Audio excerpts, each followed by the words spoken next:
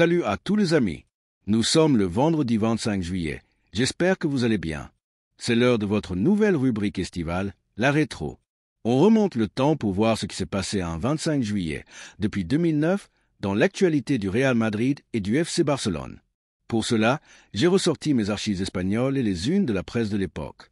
Vous y retrouverez notamment deux visages bien connus, comment Coutinho a débarqué au Barça, ou encore cette offre incroyable de 300 millions d'euros posée sur la table pour Kylian Mbappé. Mais on commence tout de suite avec l'année 2009, au tout début des étés 2009 et 2010. Regardez bien, à la une du journal Marca, le 25 juillet 2009, figure l'actuel entraîneur du Real Madrid, Xavi Alonso, face à Rafael Benitez. À ce moment-là, les deux hommes sont encore à Liverpool. Benitez est l'entraîneur, Xavi Alonso le milieu de terrain. Et cet été-là, le Real Madrid veut absolument recruter Xavi Alonso. Mais il y a un problème. Les deux hommes ne se parlent plus. Pourquoi? Parce que Xavi Alonso souhaite rejoindre le Real, tandis que Rafael Benitez fait tout pour bloquer ce transfert. Le joueur, lui, ne comprend pas cette opposition. En 2008, l'entraîneur Rafael Benitez souhaitait envoyer Xavi Alonso à la Juventus de Turin pour environ 20 millions d'euros. Un an plus tard, la donne avait changé. Le Real Madrid voulait le recruter, mais le prix était monté à 35 millions, une somme alors jugée excessive par le club madrilène. Xavi Alonso ne comprenait pas cette situation et entrait en conflit avec Benitez. Finalement, il finira bien par rejoindre le Real Madrid où il deviendra un pilier du milieu de terrain et aujourd'hui, vous le savez, il en est l'entraîneur. L'été suivant, en 2010, le 25 juillet, une autre figure emblématique quittait le club. Raúl faisait ses adieux au Real Madrid. À ce moment-là, José Mourinho cherchait un tank, un attaquant puissant pour prendre la relève. Trois noms circulaient, deux venant de Bundesliga, Mario Gomez, Hugo Almeida et Amori de la Juventus.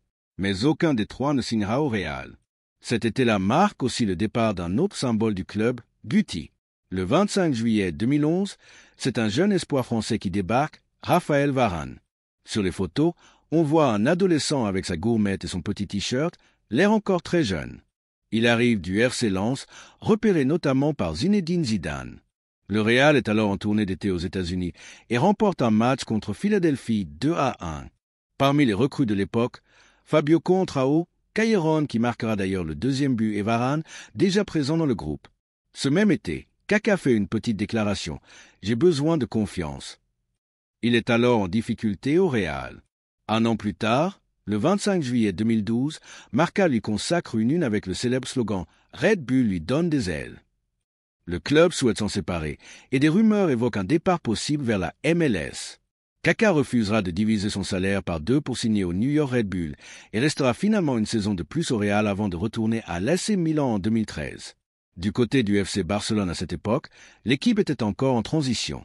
À l'été 2012, Tito Vilanova venait de prendre les rênes de l'équipe première.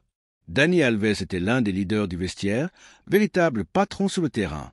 En 2013, en attendant l'arrivée de Tata Martino qui succédera à Tito, le Barça est en pleine préparation estivale. L'équipe affronte le Bayern Munich en match amical et s'incline 2-0. Cette rencontre permet de se rappeler de la composition barcelonaise de l'époque. Pinto dans les buts, Montoya, Bartra, Mascherano, Adriano en défense, Son, Jonathan Dos Santos, Sergio Roberto au milieu, Alexis, Messi, capitaine, et Telo en attaque. Souhaite Tucu.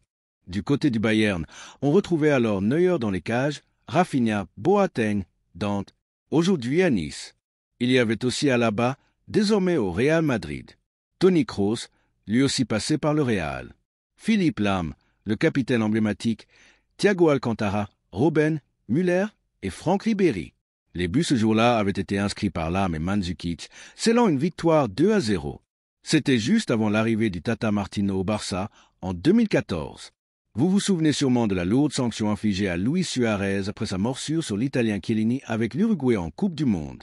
Cette suspension faisait la une des journaux, d'autant plus que le calendrier de la Liga venait d'être publié. Et coïncidence marquante, le Clasico était programmé pour le 26 octobre, pile à la fin de la sanction.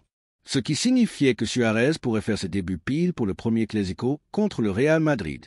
Ça avait fait grand bruit dans toute la presse sportive. Côté Real, c'était l'émergence d'un jeune espoir, Marcos Llorente. Aujourd'hui à l'Atlético Madrid, il évoluait alors dans les équipes de jeunes du Real. C'est Zinedine Zidane qui lui donnera un coup de pouce en le faisant monter de catégorie, avec l'espoir de le voir intégrer rapidement l'équipe première. À l'époque, on disait de lui qu'il possédait l'ADN de Paco Gento, véritable légende du club. En 2015, les deux clubs de Manchester affrontaient respectivement les deux géants espagnols.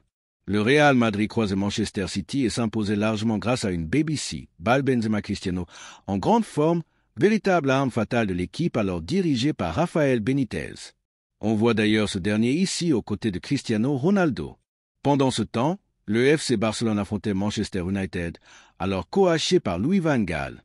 À cette période, on pensait que Pedro allait quitter le Barça pour rejoindre United. Finalement, il quittera bien la Catalogne, mais pour Chelsea. Petite anecdote mercato. À ce moment-là, le Barça avait un œil attentif sur Aymen Abdenour, l'international tunisien qui évoluait alors à l'AS Monaco. Il était considéré comme une piste sérieuse pour remplacer Adriano. Même si le transfert ne se concrétisera jamais, Abdenour était bien sur les tablettes du Barça. En 2016, Zinedine Zidane est à la tête du Real Madrid. En Supercoupe, il doit composer sans Cristiano Ronaldo. Il choisit alors d'associer Karim Benzema à Alvaro Morata. C'est sur ce duo que Zidane compte pour faire la différence.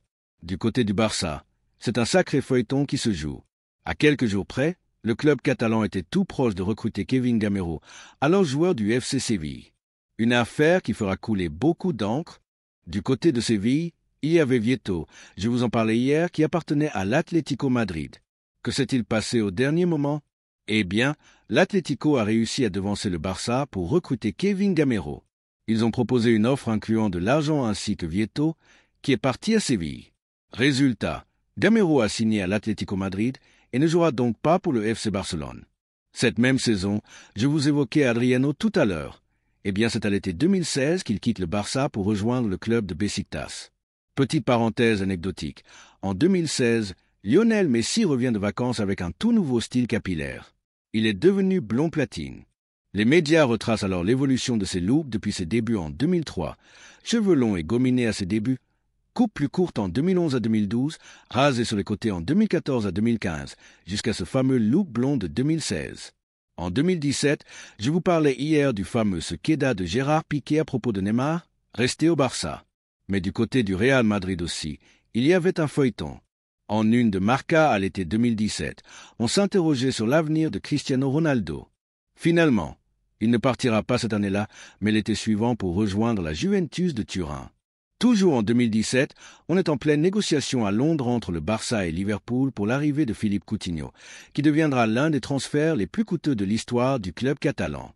On avance à 2019, une année marquée par les blessures. La bonne nouvelle pour le Barça, c'est le retour en forme de Luis Suarez, après une fin de saison précédente compliquée physiquement. En revanche, côté Real Madrid, gros coup dur, Marco Asensio est gravement blessé et forfait pour toute la saison. Zinedine Zidane se retrouve à devoir réinventer son animation offensive, en testant plusieurs profils, Bale, Vinicius, Brahim, Isco, Rodrigo, James, toutes les options sont étudiées. En 2020, Florentino Pérez lance l'opération 180 millions. L'objectif est clair, vendre certains joueurs pour récupérer des fonds, notamment Gareth Bale et James Rodriguez. Ces deux-là sont au centre de la stratégie de vente du président madrilène. À cette époque-là, le Real Madrid procédait à des ventes importantes. Jovic, James, mais aussi Brahim Diaz, prêté, Sergio Reguilón ou encore Achraf Hakimi. Cédé à l'Inter Milan avant de finalement rejoindre le PSG plus tard. Une opération globale avoisinant les 180 millions d'euros. Du côté du Barça, on entamait une grande opération de rénovation. On s'empressait de prolonger les contrats des jeunes pousses du club. Ansu Fati, alors âgé de 17 ans, est considéré comme la future pépite, mais aussi Pedri, 17 ans, Riqui Puig, Trincao, Ronald Araujo, 21 ans à l'époque, Alena, Alex Collado, Dembélé, 23 ans, Frenkie de Jong et Clément Lenglet. L'objectif, rajeunir l'effectif tout en blindant ses jeunes talents. Mais parallèlement, les cadres de l'effectif restaient bien en place. La colonne vertébrale du Barça ne bougeait pas. Gérard Piqué, 33 ans, Jordi Alba, 31 ans, Sergio Busquets, 32 ans, Ivan Rakitic, 32 ans, Luis Suarez, 33 ans, et Lionel Messi, 33 ans. Les anciens étaient toujours là pour encadrer cette jeunesse montante du Barça version 2020. 2 ans plus tard, en 2022, un fait marquant surgit. Cristiano Ronaldo, alors à Manchester United, est annoncé dans le viseur de l'Atlético de Madrid. Certains médias, comme Marca, vont jusqu'à publier les 10 clés d'un transfert potentiel. Cela semble totalement improbable et ne se concrétisera finalement jamais. Lors du premier Classico de la saison, organisé pendant la tournée estivale aux États-Unis, le Barça s'imposa 1-0 face au Real Madrid. Rafinha brille et inscrit le seul but du match, étant logiquement élu homme du match. C'était également les débuts d'Antonio Rudiger sous le maillot du Real Madrid, aligné comme latéral gauche pour l'occasion. Déjà, on le voyait comme un futur leader. La presse madrilène ne s'étend pas vraiment sur cette défaite du Real, tandis que la presse catalane célèbre la victoire barcelonaise. Rudiger, notamment, a livré un beau duel face à Ronald Araujo. Deux profils de leaders en puissance. Et aujourd'hui, en 2023, une nouvelle bombe secoue le marché. Une offre de 300 millions d'euros serait sur la table pour Kylian Mbappé. Le Paris Saint-Germain a officiellement annoncé qu'il était prêt à discuter d'une vente. Mais en interne, le club parisien refuse catégoriquement de le céder au Real Madrid.